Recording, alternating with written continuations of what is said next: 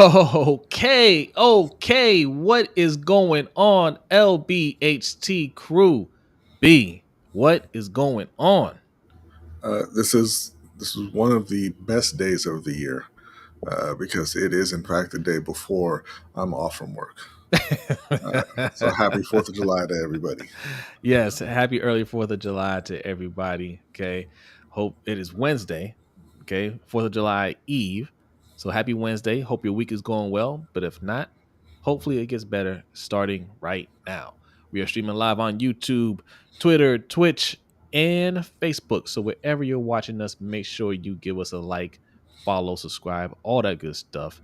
If you're listening to the podcast, the audio podcast, make sure you give us a 5-star review, share with your friends and loved ones because we're trying to grow out here. All right.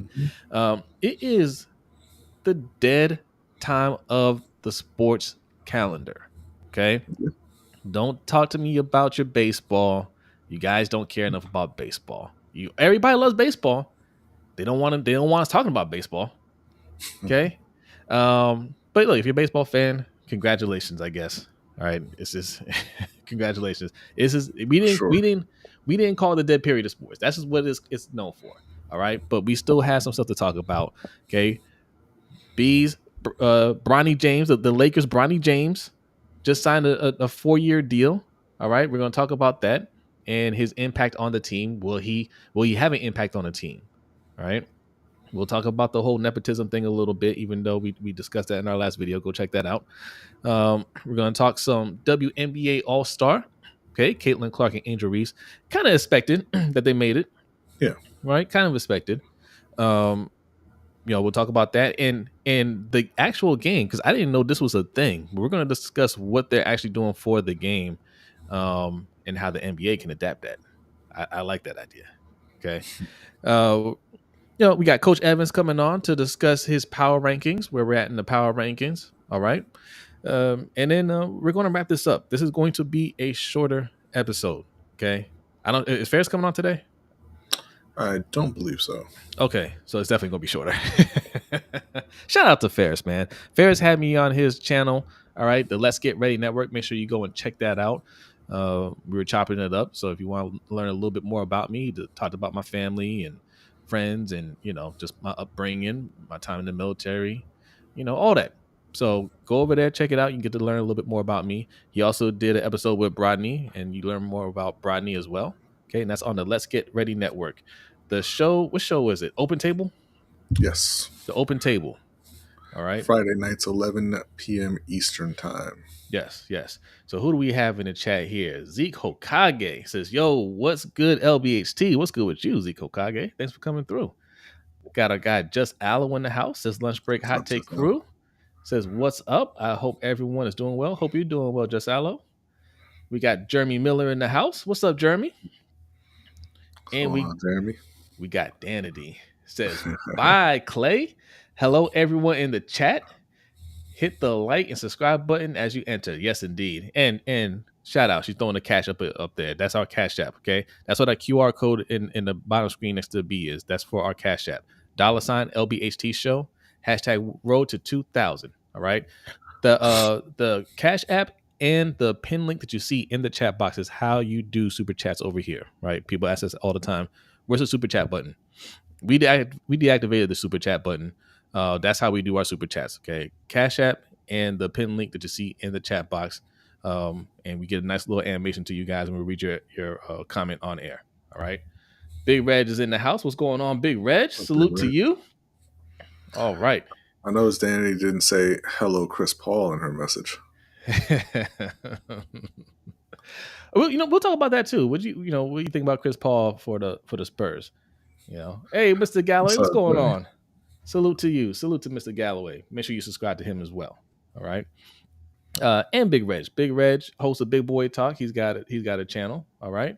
Make sure you go and subscribe. There's a lot of good content creators come through here and chime in. And these are people that you need to be following because they put out a lot of good content. All right. So if you're like me, because I spend a lot of time on YouTube, you get to a point where you're just like, I don't know what to watch. There's a ton of people. In fact, we link a lot of them in our description. Okay, so go give them a follow, subscribe to the content, check it out, and I think you won't regret it. Okay, so all right, we're gonna I'm not gonna say speed through this, but we're gonna get through these topics. We're gonna get out of here. We're gonna do an overtime show. For the overtime show, we're gonna be discussing this Drake and Rick Ross newfound beef. Okay, we're gonna discuss that and anything else you guys want to discuss. Okay, but all right, we're gonna get started. But first, do you have one? To ask you. Yeah. Okay, but first, we like to start every show with a Black History fact, and B has a Black History fact for you.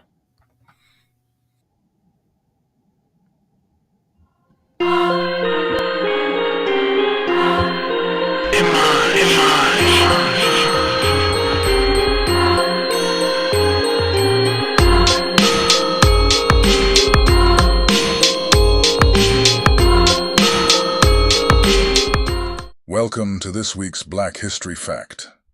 Calvin Smith, born on January 8, 1961, is a distinguished former American sprinter who has left an indelible mark on athletics.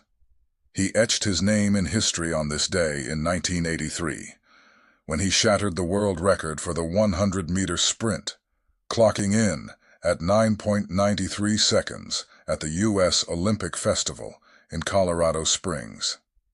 This achievement broke the nearly 15-year-old record set by Jim Hines. Smith's prowess was further demonstrated at the inaugural Athletics World Championships, 1983. He clinched gold in the 200 namanosers and 4 by 100-meter relay, with the U.S. team setting a world record in the latter. He also bagged a silver medal in the 100 meters.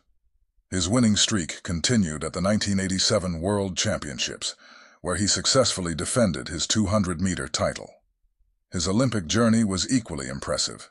Smith was part of the gold-winning U.S. 4 by 100-meter relay team at the 1984 Summer Olympics in Los Angeles, where they set a new world record.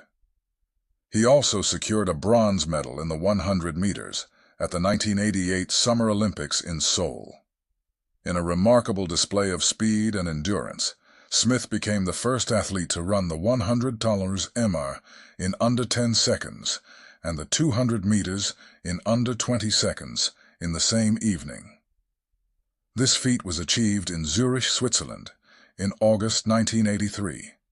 Calvin Smith's career is a testament to his exceptional talent and dedication, securing his place among track and field legends.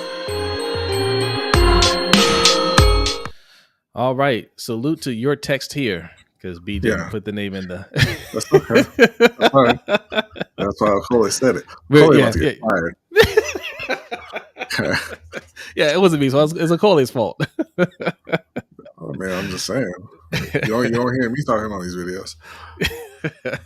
Well, we pay him for, right? All right. Look, Coach is here. All right. So let's get into the only power rankings. And I'm dead serious when I say this. There are a lot of power rankings that you see out there. None of them are going to compare to Coach Evans' power rankings. These are the best power rankings out there.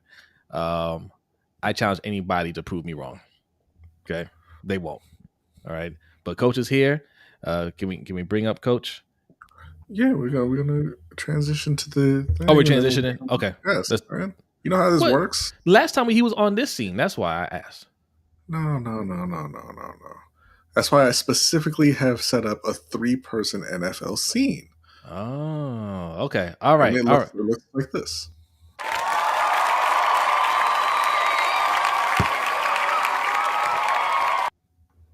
There he is.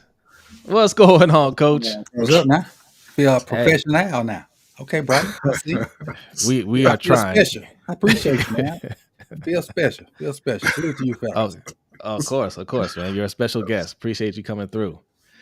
All right, Coach. So where are we with the rankings? Where did we leave off last time, and where are we now? We left off with number 22. The New Orleans Saints was the last team we talked about.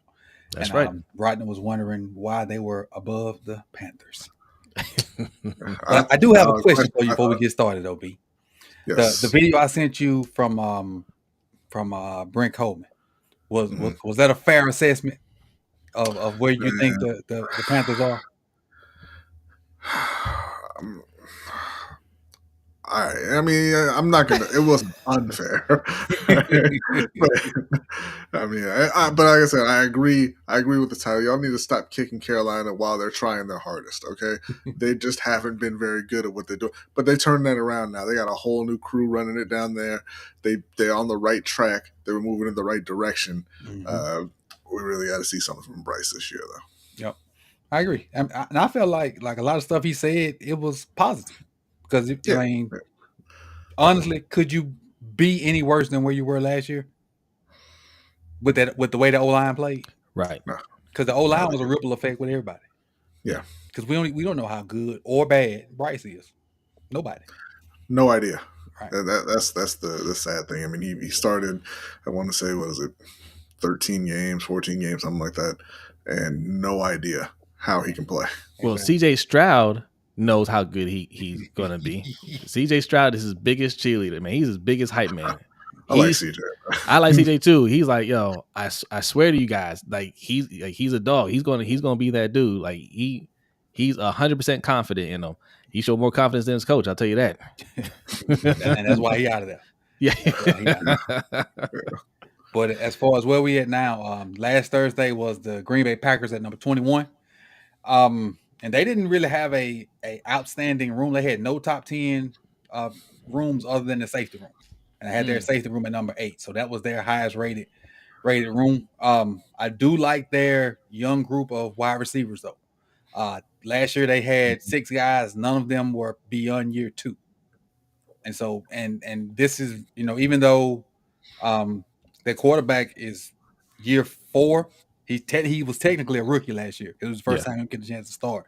So if they can, all them receivers can grow with the quarterback. Love.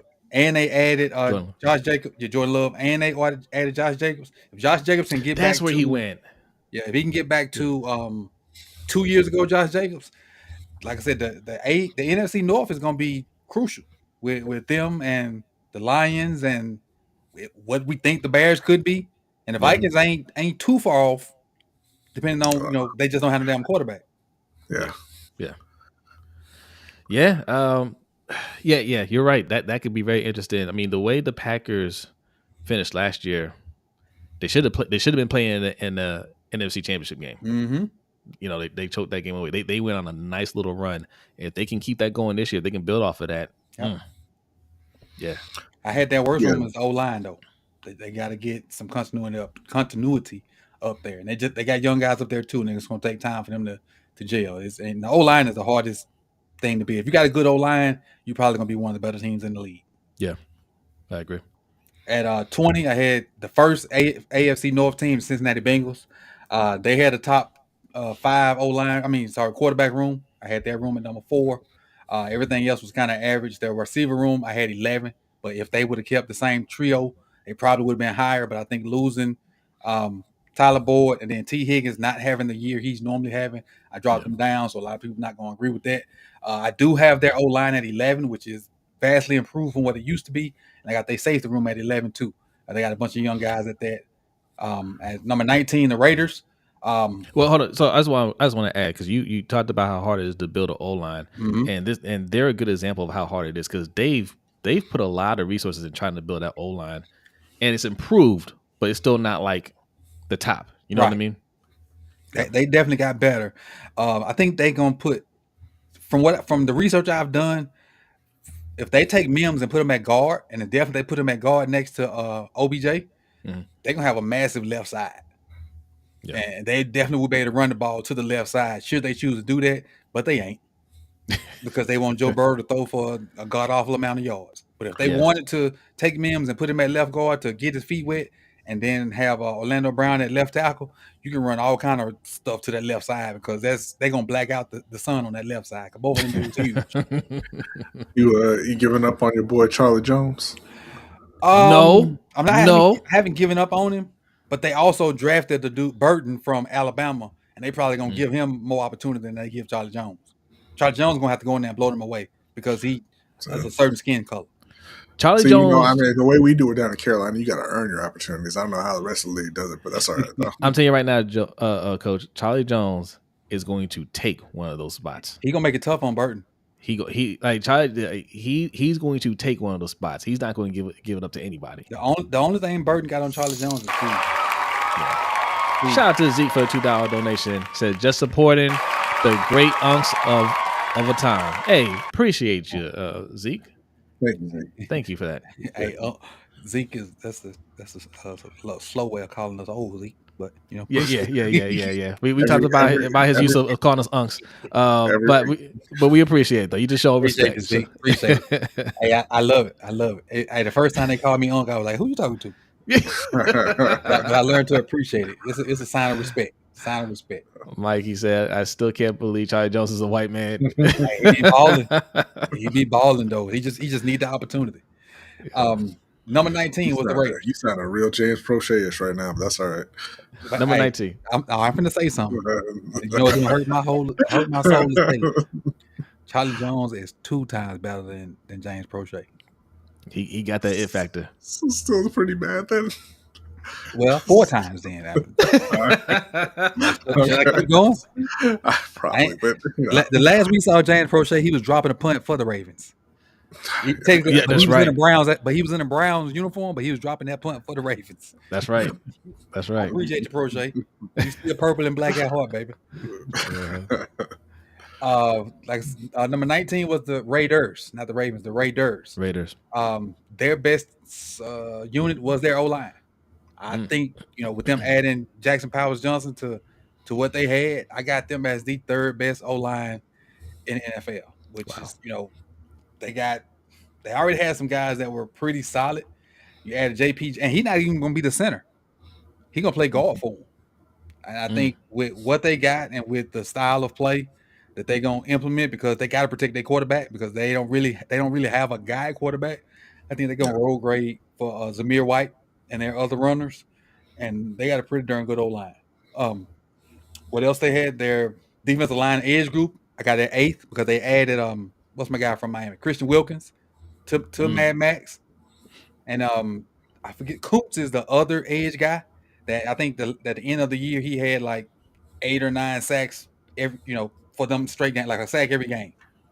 Oh, okay. Matter of fact, Coops was who Mad Max was talking about on Twitter a couple days ago, because they had their little sack conference. You know how the tight ends get together and do their thing. The edge guys had one, and Max Crosby was talking about Coops, and on the other side of him had like a sack for the last 8 games or something like that. He only had like 8 or 9 sacks, but they all came right there at the end. Right. He was also in that same sentence talking about pressures. And when people talk about pressures, a certain person come up, or they think about a certain person that wears number 99. But that's what they was talking about. But I got the Raiders at number 19. I also got their quarterback room at 26 because they don't have a quarterback either. Yeah, they got Charlie Jones, quarterback from college. You don't believe in isn't it Gardner over there? That's my Mississippi boy. Yeah, I got in the Michigan. You don't believe in Gardner? Not enough to make them that high. And honestly, Gardner may start. I think he will. Listen, Gardner just be going out there winning games. Yep. I don't know how he does it, but no matter where he winds up, Jacksonville, Colts, and I think with the Raiders too, he just goes out there and wins games. Yeah. Hey, shout out to Christian from the Philippines. Appreciate you coming through. He just every chance he get, he take advantage of it. Yeah, he take advantage of it to the fullest. And like when AR went down last year, you'd have thought the Colts were dead in the water. Shoot, they fought for a playoff spot till, if I'm not mistaken, like last play of the season, right? Last week, yeah. It's crazy. It's the best backup in the league right there. I'll commit you. All right, 18. 18 is the Jaguars. They had a top 5 room, their tight end room, and that's mainly because of what all Evan Ingram does. He had like 119 catches. They got some other guys in that room, but their strength is mainly Evan Ingram. I got that quarterback room at 14. The wide receiver room at 30. They lost Kevin Ridley. That's right. They just got a bunch of jack legs for hire over there.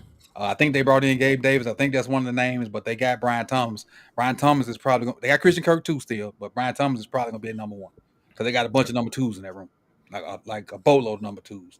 The linebacker group I got at number 7, which I like. They linebacker group. I like what's the boy? Olakun. Oh yeah, 4-year-old Olakun and the other kid from Utah, Devin Lloyd. And they got Chad Muma that ain't bad either. He didn't play that much last year, but Chad Muma pretty good too. Yeah. So I like that linebacker group. And then at 17, which stupid of me, I thought I hit 7 p.m. I hit 7 a.m. I woke up this morning to some messages from a couple of comments on the video. I'm like, what are these people talking about? How they seen my video already? Go over there and it published at 7 a.m. and not 7 p.m. And so it was the Buffalo Bills. But Okay. and you know they had two top 5 rooms. They had the quarterback room at number 3, which is mainly Josh Allen. Yeah. Their cornerback room at number 3. I really like that cornerback room. The Benerick kid, he got drafted the same draft as the Elam kid from Florida, and everybody had all this hype about Elam. He beat Elam out that year, and then has constantly played over Elam since then. To the fact that now Elam's gone, and he's the starter now. They also got their nickel Taryn. The dude, the same dude that returned one of the interceptions back on us way back when. Him, and they got another guy there, and I really like that cornerback. I got that cornerback room 3rd. Everything else for them is pretty much in the 20s. Their tight end room is 12 because they got 2 really good tight ends, and then what else I got good for them? Running back is 15, but other than that, quarterback room 3, cornerback room 3, tight end room 12. But the interesting thing about the Buffalo Bills is the beef between Deion Dawkins and the Jets. That's going to be more interesting than them, whatever I can say about them. Because Deion Dawkins was on Vlad TV talking about the Jets, and they had this back and forth on Twitter. That's like they finna do some street stuff. I ain't even hear all that. About what? He just was talking greasy. Okay. This happened a while ago though. Like what NFL player go on Vlad TV? Right. With his shirt off. All right, man. Show up on the field. You know, you know how I feel. Like I like trash talking. I'm cool with that, but you better perform on the field. Oh, the only one he gave props to was Quinny. I wonder why. Yeah. Quinny will kick his ass every week. Every time I see him. We're cool. I swear we're cool. That's it. All right. Well, look. I meant to ask you. To go over this before you started, but like for the people that are new, you know, first time seeing you on here and how you do. You know, can you explain to them how you do your process for the power rankings? Okay, so each position is I break it down by. Well, I give each position a ranking. So the quarterback position 1 through 32, running back position 1 through 32, wide receiver, tight end, O line, D line, edge. I put together linebacker, cornerback, safety. All those positions 1 through 32, and so I rank them, and then I take the team and whatever your rank is, I add it together and divide it by basically average it. And then I take the average, and whoever has the the lowest number, that's how it is. And so it's no bias because of I like a certain team or a certain player over another. It's strictly numbers. It's strictly numbers, and I grade the whole room, not just the individual. So like I know I was recording something, and like they had a really good trio of receivers, but the next 3 guys was certified crap. So if they was just went off them top 3 guys, that group might have been a top 10 receiving group. But when you add the crap into it, they drop down to like 17, 18. Yeah. So I take the whole group, and the quarterbacks may be a little bit more biased because you take like somebody like Josh Allen. We talked about Josh Allen. He played every snap, so you can't really even factor in the guys behind him because he played every snap. Right. Then you take like a couple years ago, you had to factor in Lamar and Snoop because Lamar played 10 games, Snoop played 7. Right. And whenever I get to Cincinnati, I got to factor in Jake Browning. Jake Browning came in and did just as good a job as Joe Burrow. He did, yeah, did a decent job. So the guys that played, you got to factor them guys in. And now when you get to somebody like Pat played damn near every snap except for in blowout. So you pretty much think about Pat when you get in them situations. So I think about what they did in the past versus what they'll do in the future. Right. And so that's like you got to factor in who coaching them now and stuff like that. I try to put it all together. And I asked Jose something like in the beginning of May. So that's when I started the process. So it took me like 5.5, 6 weeks to even get it done. So it ain't just find numbers and put them together. It took me a little over a month and a half to actually get all this research done and put it out there. So it ain't just no throw together a bunch of numbers. Right, and nobody's putting in that kind of effort into their power rankings like you, Coach.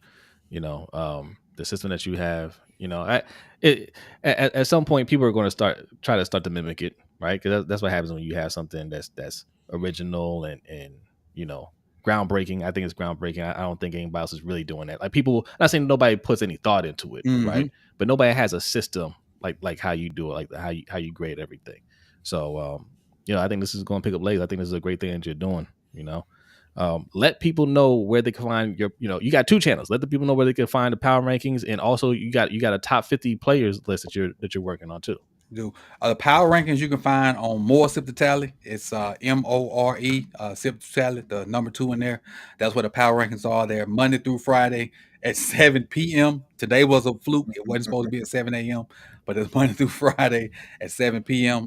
Tomorrow also, I got one set for tomorrow also, so it'll be over there. So when you full, you full of your food or your drink or whatever you full of, and you just chilling, 7 p.m. for about 15 minutes. Go check that out. And then the top 50 players, I normally do that every Tuesday and Thursday. It won't be one tomorrow, and those are live. But I will resume that Friday. So we did one Tuesday. We'll do one Friday, and then we'll jump back on Tuesday and Thursday. So far, I think we're on we did number 30 Tuesday. We got down to number 30. Number 30 in the top 50 players was Penny Sewell. So we got a little bit of everything over there. And that's on the main channel. That's on my main channel. That's just Sip to Tally. Okay. All right. Well, as always, we appreciate you, Coach. And the links are in the description. Okay. I tagged both channels. They're in there. So all you guys got to do is just go and click on it, hit that subscribe button. And More Sip to Tally is close to 1,000 subscribers. So let's get them there. And the main channel, Sip to Tally, is almost at 10,000 subscribers. Very important that we get them to 10,000 subscribers. That's a huge milestone. So if you haven't subscribed, both channels. Yes, facts. That's happening. I would like to see it happen before the start of the regular season. I think we can get that done. All right. But all right, Coach, man, as always, we appreciate you.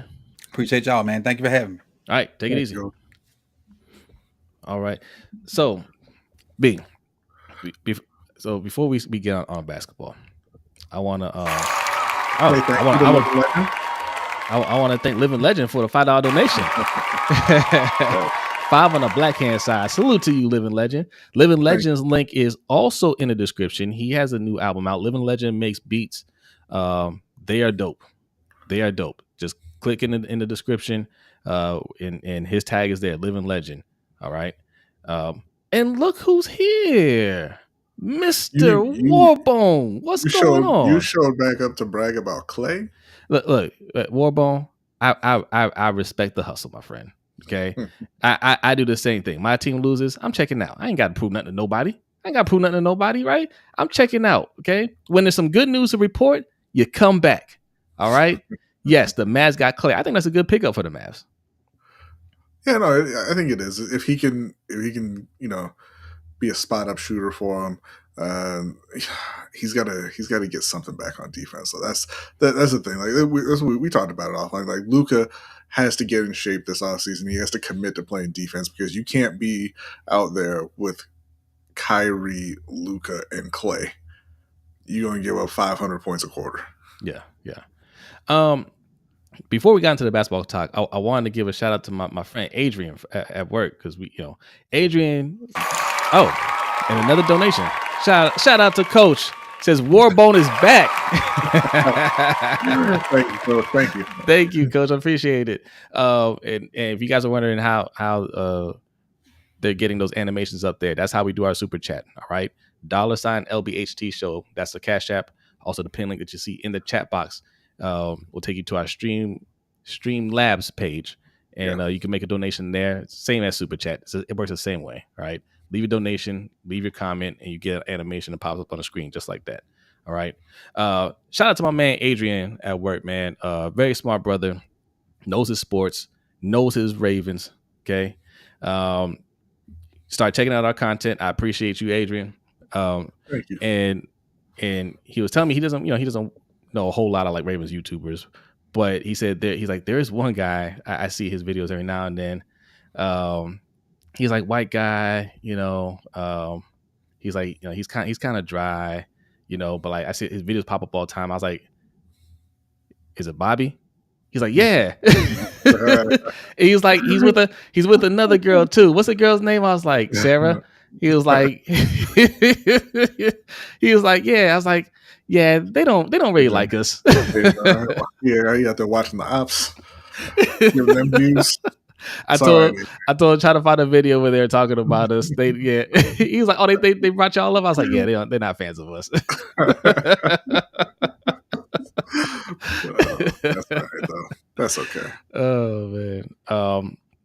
Yeah. We're gonna revisit that conversation too. Look, because you guys are gonna ask, maybe we'll talk about it towards the end of the show. The whole Mark Schlereth thing. Don't give people like that the time of day. All right. He needs your clicks.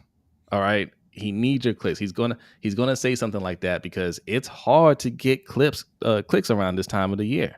All right. But Lamar Jackson always delivers for you. Always. I mean, there's lots of quarterbacks you could say no excuses for. Mm-hmm. What about Josh Allen? What about Trevor Lawrence, who just got a huge deal? Yeah. About Jared Goff. What about Justin Herbert, who just got his huge deal? Yeah. But they don't. But you ain't gonna click on that headline. Okay. So that's just what it is. Okay. Who's bad mouthing Lamar Jackson? You know how it is, Warbone. Everybody, any bad mouthing Lamar Jackson will get attention. Yeah. That will always get eyes on your content if you say something bad about Lamar Jackson. Right? Most of these people don't mean it at this point, but they know it gets engagement, and that's what they want from you. What's good, Ferris? What's up, Ferris? Thanks for coming through.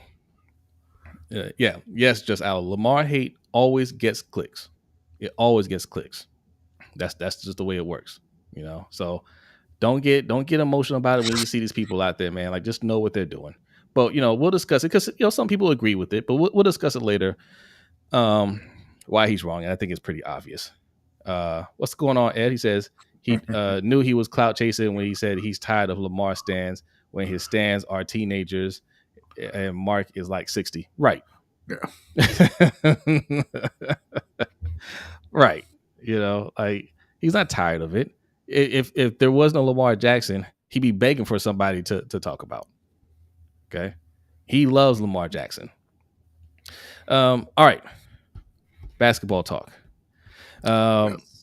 So Brodny, he signed a 4-year, I'm not sure how many millions of dollars, but he got it's guaranteed.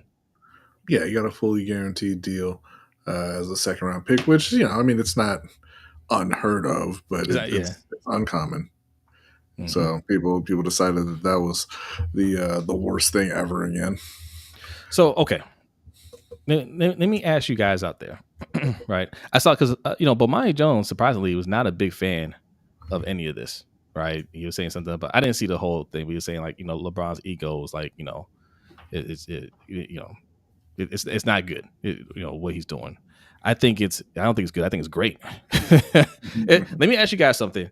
If you had the kind of pull at your job where you can hire your son or your daughter and guarantee them a position with good paying money, would you do it? Or would you say, nah, sorry, you gotta earn it?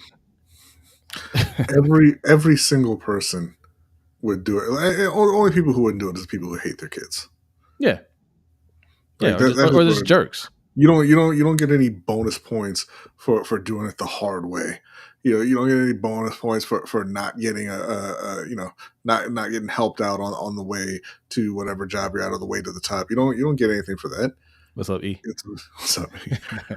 It's one life, and the whole point is to make your kid's life better than yours. Right? Is to keep progressing, keep improving. So if you can take away the years of struggle, of course you're going to do it. Yeah. And okay, you could say he doesn't need to do this. He's his father's set. He can set him up for life. He could, but he's trying to create a path for his son. His son wants to follow in his footsteps and play basketball. maybe I have no idea about Bronny James, right? It doesn't look like he's going to be anything. There are a lot of players, especially in the second round, that don't look like they're going to be anything. Some of them turn out to be something special sometimes, or at least a very good player. He could turn out to be a solid player, a solid role player. He could turn out to be a very good player. Who knows? But he wanted that opportunity, and LeBron did what he had to do to ensure he gets a true opportunity. Because it's not just, I mean, the guaranteed contract, that's cool, right? But also what LeBron did today was sign a 2-year deal with a player option. So essentially a 1-year deal, okay? And we'll see at the end of the year if my son's still on the team, right? Mm-hmm. It's one of those, yeah, okay, I'm going to opt out now because you want me back. Go ahead and draft my son, right? When you draft my son, you hire my friend, then I'll come back. Okay, you drafted him, you brought in JJ, cool. I'm signing a 2-year deal. Look, man, I'm old. I don't know how much longer I'm going to play, right? I need that player option though. Not 2 years on your terms. 1 year, and then at the end of the year, we'll reassess. Is my son still on the team? Yes. Maybe I come back. Did you cut him? Well, maybe I'll go elsewhere. If you guys had that power, don't lie. You would do the exact same thing. Mm-hmm. Right. So don't get upset. You're upset because it's LeBron doing it, and LeBron has that reputation of running all the teams that he's been on, and I don't see the problem with that either. Well, I mean, we know that everybody would do. They used to run countries that way, right? Yeah. Like, oh, I'm the king, so guess what? My son's next. Doesn't matter if I die when he's 8 years old. You got an 8-year-old king now. Doesn't matter if he's qualified, right? Like, of course, everybody would do it. Like Ferris pointed out, the Seattle Mariners signed Ken Griffey Sr. when they had Ken Griffey Jr. Nobody cared about that. I mean, the Lakers themselves have 2 people running the franchise with absolutely no experience. JJ Redick's never coached a day in his life.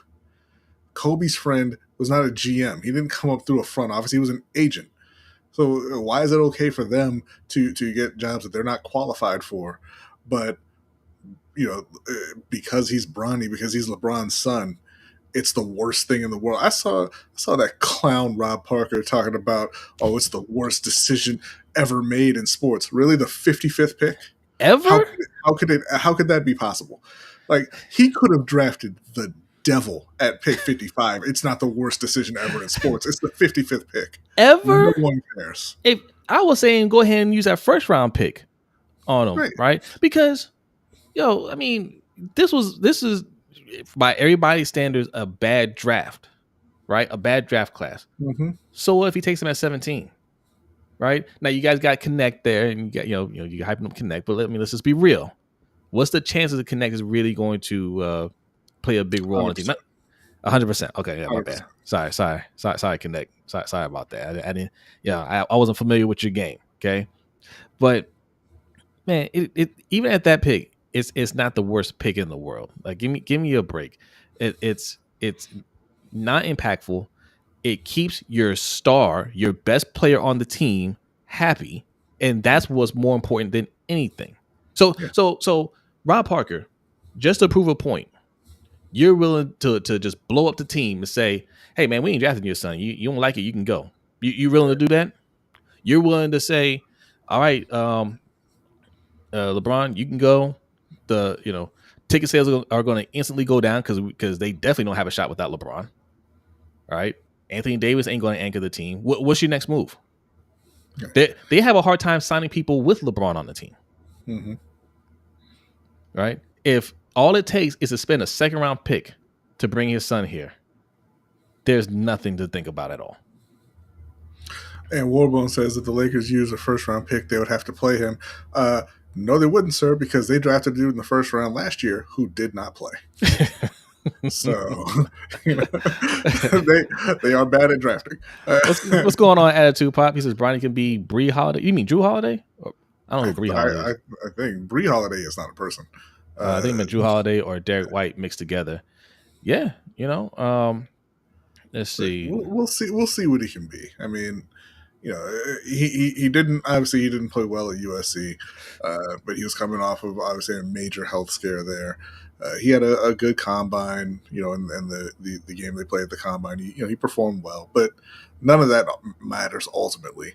You know, you got to see how he performs once he's into the summer league, into the preseason, and you know if he gets on the court in the regular season. I see Patrick Beverly, Corey Joseph, Avery Bradley. These are all NBA players, right? If he turns into that, it's a success, right? Living Legend says Skip can't wait to criticize him. The saga continues. Man, Skip, I forget he's a thing still. Yeah. You want to talk about the worst move ever made? That was getting rid of Shannon.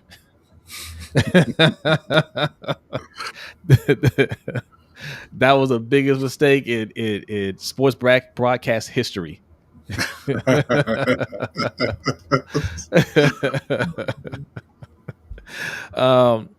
So yeah, there's nothing, you know, if he doesn't turn into anything, not a big deal. You didn't lose anything. You kept LeBron for at least another year. Okay, if he works out, then good job. Evil Lamar, what's going on? Says Bronny might be like Javon Carter. Maybe. We don't know. We don't know. Shoot, if LeBron wants to hang around long enough to bring Bryce in, I'll bring Bryce in too. Okay, but Bryce might look. I don't know. Bryce look like he might get drafted for real. Okay, we'll find out. What are you looking at, B? Why are you telling me to stop MGT? I'm not the one who said that. We were trying to figure out what he meant by Bree Holiday. There's nobody named Bree Holiday. Brodny, not Drew Holiday. Stop. Yeah. Okay, Skip. Skip MDT Sports. Yeah, I know my guy MDT is just losing it because of what's going on in Golden State, but please compose yourself, sir. Or says, what do y'all see in Brodny compared to? I don't. We just said, I don't know how many times we said we don't know. Like from what I've heard, you know, from people who talk about him, that he's a solid defender, and that's pretty much it right now. You know, he's got to work on his offensive game, but you know, it was a bad draft class. He was a late second round pick in a bad draft class. Of course, he's got a lot of things to work on. He's not. I mean, he's probably not going to play much at all this season. You know, and they're just going to try and develop him. Here's a question for you guys, and don't try to Google now. Who should they have taken ahead of him? Okay, exactly. Exactly. Oh, they could have gotten anybody. Who? Name a person without trying to look it up. Like, with the number of players that NBA teams have drafted from Europe who literally just never came to the NBA, I cannot believe that anybody is getting upset over the 55th pick in the NBA draft. Yeah. Jerry says it was so weird seeing LeBron hold Bronny as a child after he won a title, and now they're on the same team. That is crazy. You know what's even crazier? LeBron's not old. He's old in terms of sports. He's not even 40 yet. Yeah. He's still young. That's what's crazy about sports. Like you know, old, you know, you age out, you're still very young and have the rest of your life to live. So yeah, it reminds me of a tweet that I saw. They're like, you know, for normal people, 40 is the new 20, and then in sports, here he is, the oldest player ever in the history of our sport, 34, a miracle.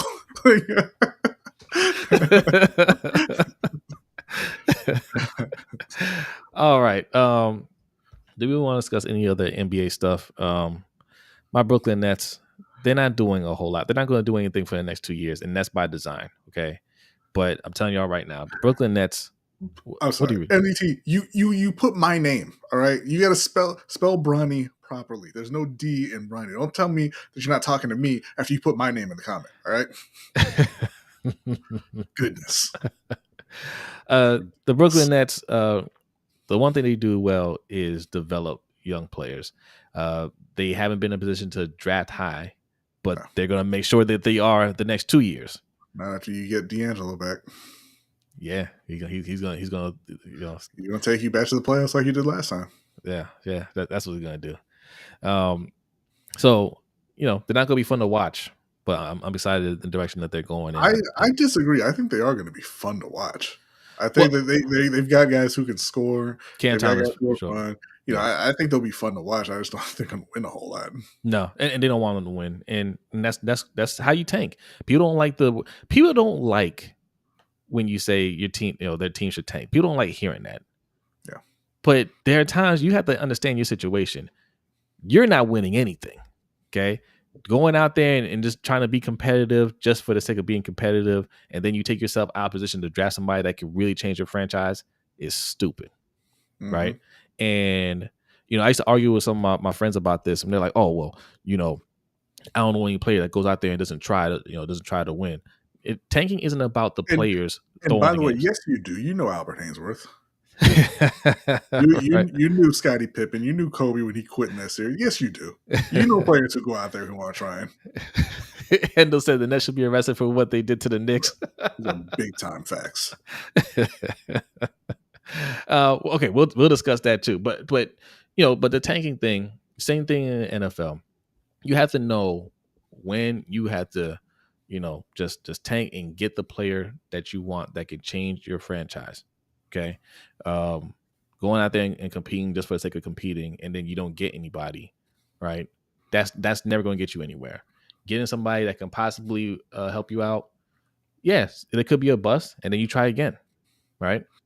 Yeah, we talked about this last year because the year before the Panthers fired their coach mid-season, right? They fired Matt Rule, and then they went out there and they won, I believe, like 6 games with I can't remember his name now. Wilkes, Steve Wilkes, Wilkes. yeah, Steve Wilkes, right? And what did that do for them? Everybody was all hyped up, right? They're, oh, he should get the job, even though they had already said they wanted an offensive-minded coach, whatever.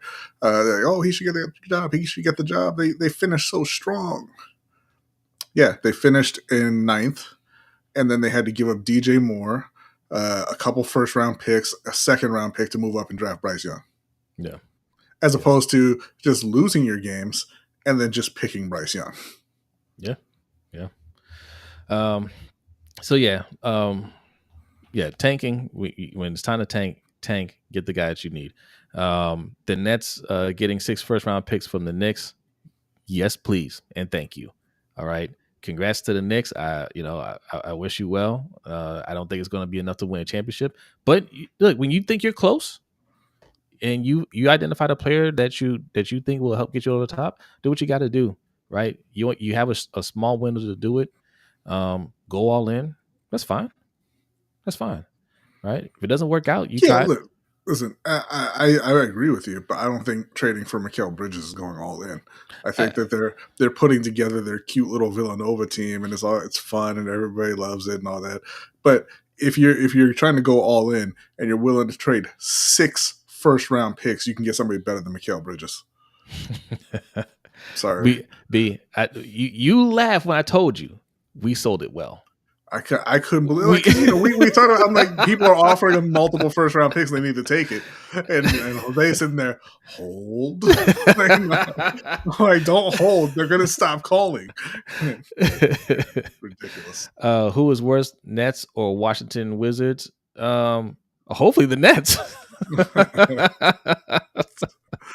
This isn't a time to be prideful. If you mean right now, it's got to be the Wizards. Right? But they got Valanciunas, right? Yeah, they sure did. They sure did get Jonas Valanciunas. They sure did sign that backup center. But they've got Kyle Kuzma and Jordan Poole leading that team, so they're definitely the worst. All right, y'all. Yeah, we got some people over on Twitter. All right, man. If you're watching on Twitter, give us a follow. I'm not even sure. I don't keep track of the follows on Twitter. But you're watching over here on YouTube. Hit that like button. If you're new, hit the subscribe button. Let me say that again. Hit that like button. And if you're new here, hit the subscribe button. All right, we're close to 2,000 subscribers. Yeah, we need 2,000 real quick, and then we need to hurry up and get to 3,000. Okay, we're trying to accelerate our move here. All right, we got moves to make. We got things that we need to do. All right. Also, patreon.com/LBHTShow. I mentioned earlier the overtime show. I forgot to mention where you can find it. That is patreon.com/LBHTShow. If you have as little as $5 in your pocket, that's all it takes. All right. $5 a month. We have some other tiers that will get you some other goodies. Okay. But $5 will get you interest to the Overtime Show, also our Discord. All right. And that's pretty much a one-time fee. Once you're in the Discord, we don't kick you out unless you do something to get kicked out. All right. We're trying to build a community over there. So come join us. It's a lot of fun. The Overtime Show, we're going to be talking a little bit of Rick Ross over there in Vancouver. All right. And you know, some people in his entourage, his security guard, they got jumped, they got beat up. Okay. You got Drake, who was kind of, you know, who was liking the post and everything. Did Drake set him up? We'll discuss. I forgot about this. We will do this next week, Danity. So she wanted Jamarcus Russell on Court of Public Opinion. What did he do? So we'll do that next week. My man got fired from his volunteer coach job because allegedly he pocketed a $75,000 donation that was meant for the school. No. Allegedly. So we'll talk right. about that. We'll talk about that next week. Okay, next week, because we gotta keep it moving. Let's go over to WNBA because we're making this a quick show. Don't just say stealing. Allegedly stealing, coach. As far as I know, he didn't do nothing. Yes. Okay. All right. Angel Reese, Caitlin Clark, they make the All Star team. Danity ruled on that real quick. All caps on the thief. He's a thief? He's a thief. With 3 exclamation points? Okay. All right. And I hope it's not true, but I feel like it is true. You know, he made a lot of money in the NFL. He made a whole lot of money. I hope he's not reduced to Brett Favre type moves. Yeah. By the way, even if it's true, he did what Brett Favre did on a much smaller scale. Yeah. Think about that. Yeah. Okay. It's almost like stealing change compared to what Brett Favre did. To be fair, Brett Favre didn't have a volunteer job to get fired from because Brett Favre is a dirtbag all the way around and wasn't volunteering anywhere. So. Speaking of, if you want to know what we're talking about with Brett Favre, go over to the Rogue Pod. He did a whole video on it. Okay. The biggest welfare queen in Mississippi, that is Brett Favre. All right. Go over to the Rogue Pod. He's in the chat. All right. Check out his video. Very good video. And he'll give you all the details on what Brett Favre did. To be fair, Favre had a career. Jamarcus was a bust. What does that mean? That doesn't give you the right to steal millions and millions of dollars from your state. He still made a bunch of money, Jeremy. Yeah. A whole lot of money. Yeah. Okay. So the All Star game, I'm not going to act like I'm an expert in WNBA. Okay. We watched it off and on throughout the years. Ferris, big WNBA fan. He got us into it a little bit more over the years because we were playing fantasy basketball, WNBA. Not a big fan of showing up to work though, Ferris. Yeah. That's okay. That's all right. You know, everybody get some time off. That's okay. But the All Star game, I never watched the All Star game, and I didn't know this was a thing until today. And shout out to my man Adrian at work because he told me, like, yes, the All Star team plays the Olympic team every 4 years. Yes, we talked about this before. That's why I was saying that why. Yes, when we were talking about Caitlin Clark and whether or not she should have been on the Olympic team, and I said that it had an opportunity to make it even bigger than her just being on the Olympic team because she was going to play against the Olympic team when she inevitably got voted into the All Star game, and you can sell that, and that's actually a WNBA event, unlike the Olympics, which doesn't do anything for the WNBA. Yeah. The lineup was posted in our Discord. I don't have it in front of me. It's Aaliyah Boston, Caitlin Clark, Angel Reese, Hamby, Derica Hamby. Was she in the starting lineup? Yes. And there's one more person I'm forgetting. Mitchell, maybe? I have it here. Hang on. Okay, so the WNBA All Stars, we got DeWanna Bonner, Aaliyah Boston, Caitlin Clark, Alicia Gray, Derica Hamby, Brianna Jones, Jonquel Jones, Kayla McBride, Kelsey Mitchell. I know this person's name and I can never say it properly. Arik Ogunbowale, Nika Ogwumike, and Angel Reese. I think you said. I think you did. You did good there. You did good. I think those are the WNBA All Stars. The women's national team: Nafisa Collier, Kalea Copper, Chelsea Gray, Brittany Griner, Sabrina Ionescu, Jewel Lloyd, Kelsey Plum, Brianna Stewart, Diana Taurasi, Alyssa Thomas Dirty, Asia Wilson, and Jackie Young. Guys and gals, you're about to find out why Caitlin Clark didn't make that Olympic team. Those women are going to beat the brakes off of that All-Star team. Well, like Ferris points out in the chat, last time they had this game, the All-Stars won. Okay. I think they're going to get embarrassed. I think they're going to get crushed. But we'll see. We'll see. You know what? Aaliyah Boston has, she she was expected to be good, but she is really turning it up now. It's great because the coach that everybody wants out from the Indiana Fever finally realized that she's the best player on the team right now, and they need to be playing through her. Yes, yeah, man. Look, I know there's a lot, there's a lot back and forth. People want you to choose sides on Angel Reese and Caitlin Clark. You can appreciate both of them. Caitlin Clark and Aaliyah Boston is going to be very special to watch for years to come. Mm-hmm. All right. Danny said A for effort. Thank you, Danny. Oh, and she responded. She responded late to your question about Chris Paul earlier. She said, "Get that bum off the team." I know. Danny and I are on the same page when it comes to the ball puncher. Yeah, Boston's been their best player for sure. For sure, everything should be going through her. All right. Sky and Fever are fighting for the A seed. Yeah. I don't think they are right now. Actually, I think the Fever have moved up. I believe. I think the Sky is ninth. They're ninth. I thought that they were. I thought they had moved up. Let me pull it up here. I thought they were fighting for 7th. Last I checked, they were 9th. Let me look.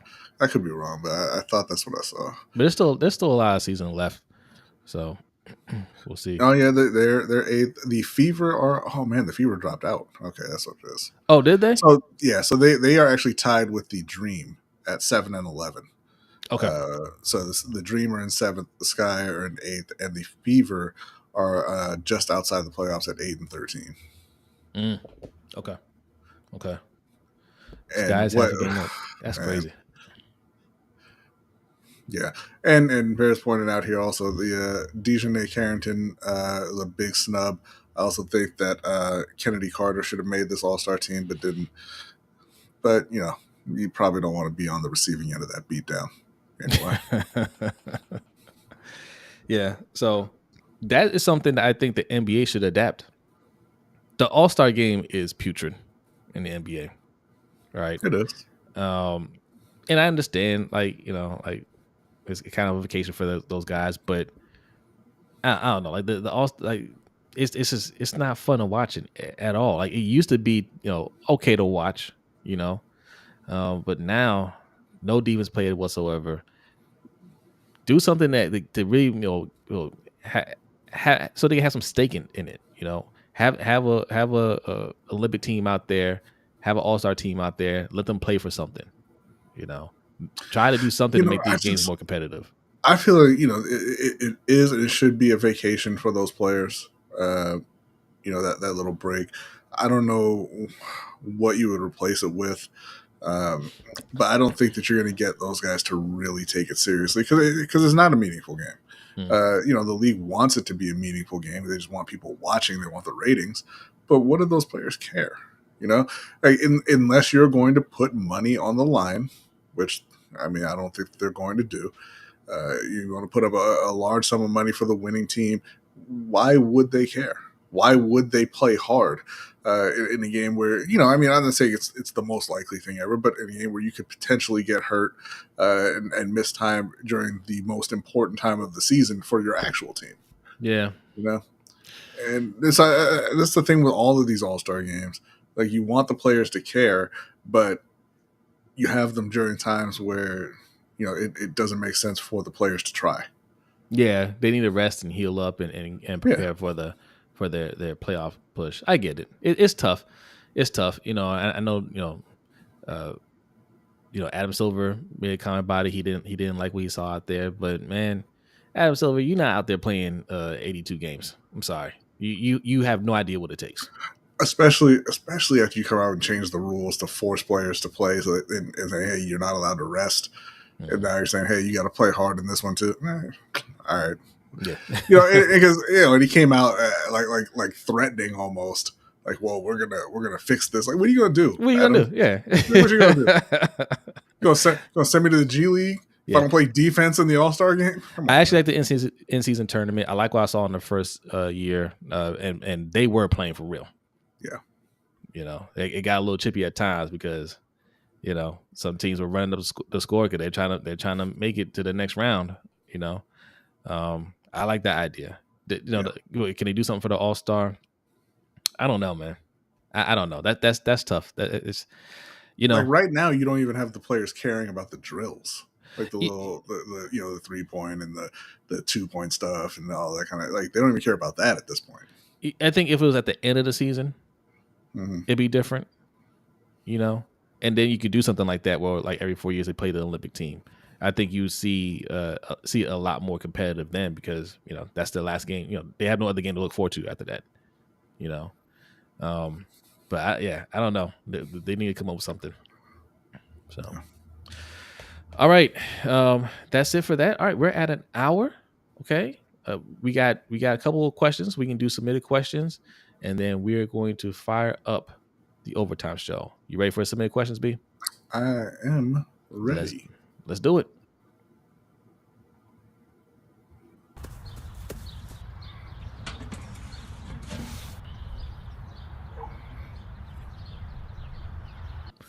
Okay, so before you start reading the questions, right? Yes. I see you got one on there. There was one troll that he's been trolling for a couple of weeks. I just went ahead and just blocked him, but he brought up the Mark Schlereth thing, right? And he was agreeing with Mark Schlereth. Mark Schlereth pretty much said he's tired of the Lamar stands, which you're not. Okay, you're a stand too. That's why you brought him up on your show. And he's saying Lamar he has enough. It's no more excuses. They drafted weapons in the first round every year. How many more can they draft? Well, let me ask you something, Mark, and everybody that agrees with them. Which one of those players would you give up a first round pick for? Right. People always kind of point to that. Just drafting a player high does not mean you fix the problem. You have to pick correctly. Yes. Everybody, Mark will be the first one to tell you the draft is a crapshoot. So why are you just pointing at the number of picks they used? Right. They haven't worked out. Hollywood is a decent player, but he doesn't play for them anymore. Rashad Bateman hasn't lived up to that first round billing. Zay Flowers was a rookie last year. Miles Boykin was terrible. Devin Duvernay's not very good as a receiver. James Prochet was terrible.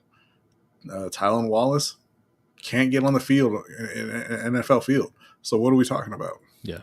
And like Hannah said, you have to develop them. Mm-hmm. Okay. We don't do that. So, and the O-line, not good. Yeah. Okay. Running backs, not good. Okay. I had a whole discussion at work today about what the Ravens do and why I think EDC is not doing a good job. And I think John Harbaugh is just a bad coach because your whole identity is defense and run the ball, but you don't actually want to run the ball in the playoffs. Yeah. You want to pass. And then you want to go against everything that's against your identity, and you don't have the talent because you don't value wide receivers. You don't value O-line, but you want them to do something that they're not capable of doing in the playoffs. And then it becomes Lamar's fault. Mm-hmm. Right. So if when people say we're Lamar defenders, well, let's just call it what it is, right? Like you ran the ball 6 times in the Kansas City game. Why ain't you hand the ball off? Oh, because you don't trust Gus? Well, why didn't you get a running back? Yeah. If we're Lamar defenders, then Harbaugh and EDC are Lamar saboteurs. Like, this is what it is. They've not put the talent around him to expect them to win. How many people expect the Chargers to win this year? Yeah. After they took away Keenan Allen and Mike Williams, how many people really expect them to compete for a Super Bowl? Yeah. Right? How many people expect the Bills to compete after they traded away Stephon Diggs? By the way, he had Stephon Diggs and Gabriel Davis and 2 good tight ends and a 1,500-yard running back, and Bills fans still said he needed more help. Right? Yeah. But, now that they traded Stephon Diggs, they let Gabe Davis walk in free agency. They replaced him with Keon Coleman and Curtis Samuel. How many people are really realistically expecting them to compete for a Super Bowl? Yeah. Nobody. Yeah. So, and Mark Schlereth agrees with what we're saying. Make no mistake, he does not believe that BS that he's saying. He's doing that. There's how many clips have you seen of Mark Schlereth this past year? How many times have you seen Mark Schlereth clips pop up for his podcast? I think it was for a podcast. How many times have you seen him go viral for anything? Not one time. Right. Okay. There's a reason why he chose that clip to put out there, because and he walked over to the wall and he broke glass in case of emergency, and he took out a Lamar Jackson take. Right. But we're gonna go ahead and move on and answer Jay's question here. Okay. My man Jay, the eternal optimist, he wants to know our predictions on how well Jalen Hood-Schifino, Colin Castleton, Bronny, Dalton Connect, and Maxwell Lewis, and the Lakers' newest two-way signings will do in the summer leagues. Now, I'm going to go ahead. I have not even seen who their latest two-way signings are, so I'm going to exclude them from this take. Maxwell Lewis, nothing. Not good. Can't play, can't shoot. Colin Castleton, I think there's a little bit of ability there, but he needs to learn how to not foul. Jalen Hood-Schifino, I think there's a little bit of ability there. Yep. And so I'm hoping to see better summers from them. Dalton Connect better go out there and look like goddamn Jesus. All right. He better ball out this summer. I'm telling you right now, Brodny is going to do great numbers for ESPN or wherever they're broadcasting the games, because that's all that's going to be on that TV screen. Last year was Wembanyama. This year's going to be Bronny James. The summer league, man, they getting those ratings. Okay, Bronny, and everybody's going to be tuning in to see what Bronny can do, including myself. Listen, Warball, I get it, man. I get you're all about Dallas. He ain't more popular than Lamar Jackson. He's not a bigger lightning rod than Lamar Jackson. Talk about Dak Prescott. Nah. I haven't seen anybody talk about Dak Prescott. I'm sorry, man. And we like Dak. Look, people will talk about it, but he's not going to move the needle like Lamar does. But anyway, yeah, Maxwell Lewis, nothing. Jalen Hood-Schifino and Colin Castleton, I think maybe they'll show enough to warrant a little playing time in the season. Bronny, I think he's going to do better than expected, but he's a guy who's going to be sitting on the bench all year. Yeah. All right, next question. Next question. This is our last question for this evening, so we can get up out of here. This is from our guy Jeremy. He says, since Klay Thompson has left the Warriors, where do you rank the Warriors' recent dynasty compared to other sports dynasties? You know what? Not high, right? Because they won. They won 4. They won 4, but they won 2 back-to-back. Mm-hmm. Right? I mean, if you're looking at the time they won all 4 of those titles in, because what do we consider it a dynasty? Because the fourth one was a few years separate from the other. It was, but it wasn't that far apart, and it was still that core group. I think the thing that hurts them in terms of their ranking, because we talk about Tim Duncan all the time. We love Tim Duncan. He won 5 titles over a long period of time as well. Yeah, none back to back though. With three essentially different teams, right? Yeah. And I would call that a dynasty. They went to the playoffs every single year for 20 years. They won 50 games every single year for 20 years. So I would say that's a dynasty, right? So the Warriors to me are a dynasty. Okay. I think what hurts them is that they brought in KD to get those back-to-back titles and then ran them off. I don't think that hurts them. You bring in better players and you win. I think it hurt that they didn't keep him. They could have won more, even that year that Toronto won. I mean, KD got hurt. You know, Mhm. otherwise they're winning that one too. You Mhm. know, but they're up there. I mean, geez, where do they rank among all dynasties among sports? That one I have to get back to you on, man. Because like, are we? I mean, are we talking about soccer? I can't tell you about soccer, but I know there's some teams that Yeah, they I mean, they wouldn't even really make the, they wouldn't be on the radar. But no, I'm saying, yeah, that's essentially what I'm saying with KD, right? You came through and you won, and then you won 73 games and lost. yeah. And then you brought in, like you essentially, you brought in the mercenary. He got you back on top for a couple of years, and then you ran him off, and then you were bad for a little while. Well, not, I mean, I wouldn't say you're not even bad, but you weren't a top team for a couple of years, and then you brought it back, got that last one. If KD is there from the beginning, or like you said, if he just stayed all the way through, it's a much stronger group. But just if we're just talking Steph, Clay, and Dre, I mean, I don't think they rank very high. Yeah, I don't know. I don't know. KD, why people hate KD? This it's funny you say that, Chris, because KD is a half stepper. Okay, like he wants to win at all costs, but not that way, right? Mhm. That's KD. Like, all right, you decided you okay because people forget that 73 win team, the one that was up 3-1 on LeBron's Cavs. They shouldn't have been there. They were down 3-1 against the They Thunder. sure were. Okay. And the Thunder couldn't seal the deal. Right. Uh and conventional wisdom was, all right, Thunder, you're right there, run it back. And KD Hmm. said, no, I'm gonna join them. Yeah. Okay. That's where you got the initial hate. That stuff I don't care about. You want to go join a better team? I don't care. Right. Um, they won 2 championships together, right? And that's when he started getting his feelings. He bought into what people were saying. It didn't help that Draymond Green, was telling them, hey, we won without you. We don't need you. Um, but you gotta have thicker skin than that and just say, hey, you know what? Yeah, okay, it might be OP. We're gonna be overpowered here, but we can win 8, right? like we won back to back. We could have won another one, but I got hurt. But we're gonna run it back, and we're gonna win as many as humanly possible. And you know what happened if they won like 6? Nobody would be talking about, oh well, yeah, but he had to go join, join the ops. They would just say, damn man, that's one of the best dynasties I've ever seen. Right. But the problem is that he went there, won a couple, and then left, and has been a choker since.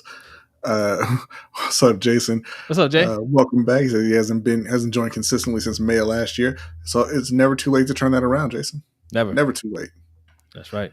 But yeah, no. I don't think that the Warriors did like Warbone is saying. I think really Curry and Clay, but the Warriors sure changed the way the game is played. Yeah. So you get a lot of credit for that. But just in terms of them as a dynasty, in the context of their time, I don't rank them very high.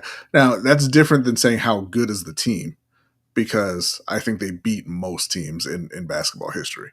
Because nobody can shoot the ball the way they can shoot it. No one. Yeah. Ever. Yeah. So I think that they run through most teams in basketball history. They're one like them.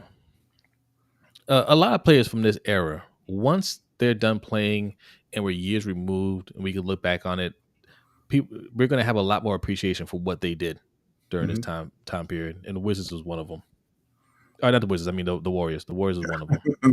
I already appreciate what the Wizards are doing, putting Poole and Kuzma out there, man. That is a nonstop laugh. They are a laugh riot. I love it. All right, that is it. Okay, hour 15 minutes in. All right, that's a good time to stop. If you haven't subscribed, go ahead and hit that subscribe button. Hit that like button on your way out. If you want to hang out with us for a little bit longer, go over to patreon.com/LBHTShow. I know you got $5 in your pocket. That's all you need. That's all you need to get access to the Overtime Show. Okay, we're going to be talking some Rick Ross and Drake beef and whatever else comes to mind. Maybe we'll talk a little bit of NCAA football. That game is coming out soon. They just released the information on the Dynasty mode. So we'll talk about that. We're going to be having 2 dynasty online dynasties for Xbox and PlayStation. So if you want to get in on that, join a Patreon. Just Alice Just says, Alice says they don't beat the 83 Sixers. Don't be that old guy, Just Alice. They would beat the 83 Sixers every single time they played them. 100%. They played them 1,000 games. They beat the 83 Sixers 1,000 times. there is nobody in the 80s, 90s, early 2000s that were equipped to stop that team. Hell, when they beat LeBron that first year, they like nobody's seen anything like that. They didn't know what to do with that, right? That's why it was so amazing that what LeBron did the next year to come back and beat them. That's why it was so amazing because like it didn't look like anybody's going to stop them. No, they were 73-9. Right. And then added Kevin Durant. They were 73-9 and then added a guy who was the best player on their team. Right. Yeah, I'm sorry. Nobody's stopping that team. Warball asking, is Boston the next dynasty? And I would like to leave on this. Hell no. I didn't think they were. I'm surprised that they won that easily. I don't know, man. Maybe Warball. I don't know. They're the most talented team in the league, and they're not getting another one. Promise you that. I don't know. I didn't think they're going to win this one. I thought the Mavs had it in the bag. So Warball, I don't know. I don't know what to tell you. Okay. I know Luka better show up next year in shape. I know that. NDT, man, you need to go outside, go for a walk. I don't know, take a shower, take a nap, do something. But you're out of your goddamn mind, bro. This is the ultimate debate, okay? The 96 Bulls and the Warriors. No. Yeah, I don't think so. I'm sorry.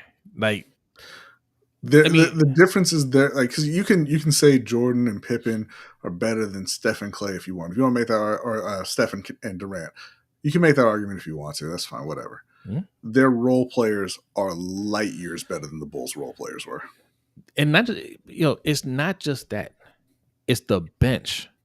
That's the thing that really ran teams off the court. Man, they had former All-Stars, a fleet of former All-Stars on the bench. I'm talking about guys that could still start for other teams on the bench. Iguodala was a 6th man. He could have started for any other team. Chris, no, the Bulls will not lock up the 2 greatest 3-point shooters of all time, especially when you're talking about a team who has everybody on the court can shoot threes, and you're running out there with guys like Luke Longley and Bill Cartwright.